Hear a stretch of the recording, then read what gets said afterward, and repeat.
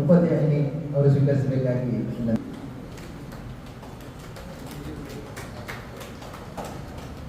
ಬಂಟ್ವಾಳ ಇದರ ಸಂಯುಕ್ತ ಆಶ್ರಯದಲ್ಲಿ ಬಂಟ್ವಾಳ ತಾಲೂಕಿನ ಸುಮಾರು 800 ವಿಶೇಷ ಚೇತನ ಮಕ್ಕಳಿಗೆ ಉಚಿತ ಸಲಕರಣೆಗಳನ್ನು ನೀಡುವುದಕ್ಕೋಸ್ಕರ ಮೌಲ್ಯಾಂಕನ ಶಿಬಿರ ಇದೇ ಬರುವ 28ನೇ ತಾರೀಕು ಲಯನ್ಸ್ ಕ್ಲಬ್ ಬಂಟ್ವಾಳದಲ್ಲಿ ನಡೆಯಲಿದೆ.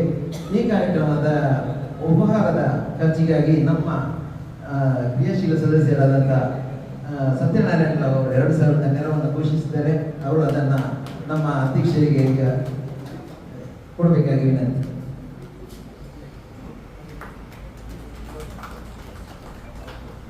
ವಂದನೆಗಳು ಸತ್ಯನಾರಾಯಣ ರಾವ್ ಅವರು.